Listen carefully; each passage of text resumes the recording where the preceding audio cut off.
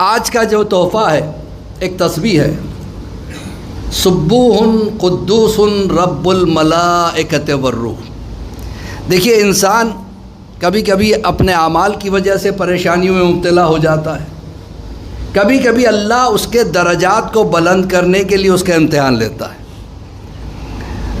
اللہ نے ایک مرتبہ جناب ابراہیم کا بھی امتحان لیا تھا۔ جناب ابراہیم کے پاس بہت بڑی اسٹیٹ تھی، بہت بڑی زمین کے مالک تھے، اور اس میں کئی سو گائے، بکریاں، اونٹ وغیرہ چرا کرتے تھے، کئی سو خادم ان کے پاس ہوا کرتے تھے۔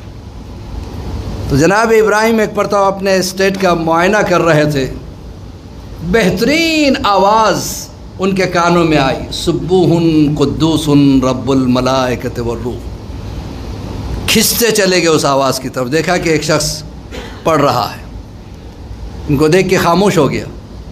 جناب ابراہیم نے کہا کیا بہترین آواز اللہ نے تمہیں دی ہے، ایک مرتبہ تم مجھے پھر سے وہ آیت سنا دو۔ نے کہا کہ میں ایسے ہی کیوں سناؤں، تم مجھے کیا دو گے؟ دیکھیے دین کے معاملے میں خرچ کرنے والے کیسے ہوتے ہیں۔ جناب ابراہیم نے کہا کہ یہ حد نگاہ تک جو زمین تمہیں نظر آ رہی ہے میری ہے، یہ ساری زمین میں تمہیں دیتا ہوں، ایک مرتبہ پڑھ دو۔ اس نے اسی انداز میں پڑھا، سبوح قدوس رب الملائکۃ والروح۔ تو جناب ابراہیم نے کہا ابھی میری طبیعت سیر نہیں ہوئی ہے، ایک مرتبہ اور پڑھ دو۔ آپ کیا دو گے؟ کیا اس میں ہزاروں اونٹ ہیں، گائے ہیں، بکریاں ہیں اور غلام ہے، سب میں تمہیں دیتا ہوں، ایک بار اور پڑھ دو۔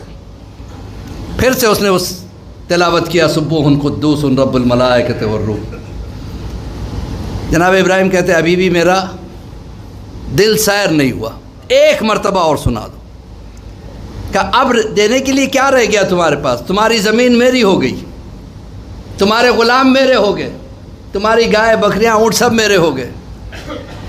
کہا کہ یہ سب تمہارے ہو گئے نا، اب ان سب کی دیکھ بھال کے لیے بھی تو ایک غلام چاہیے، میں اپنی زندگی تمہاری غلامی میں دے دوں گا، ایک مرتبہ سنا دو۔ کلام خدا کا سننے کا مزہ ہی کچھ اور ہوتا ہے۔ یہ اور بات ہے کہ ہمارے گھروں میں قرآن یا تو اس کے نیچے سے نکلنے کے لیے رہ گیا ہے یا مردے کو سنانے کے لیے رہ گیا۔ میں سب کی بات نہیں کر رہا ہوں، اکثر و بیشتر جگہ یہ ہوتا ہے، جہاں کوئی مر گیا وہاں بٹھا دیے، چلو بھیا قرآن پڑھتے رہو، ساری رات قرآن پڑھ رہا ہے اور کوئی نہیں ہے وہاں پہ۔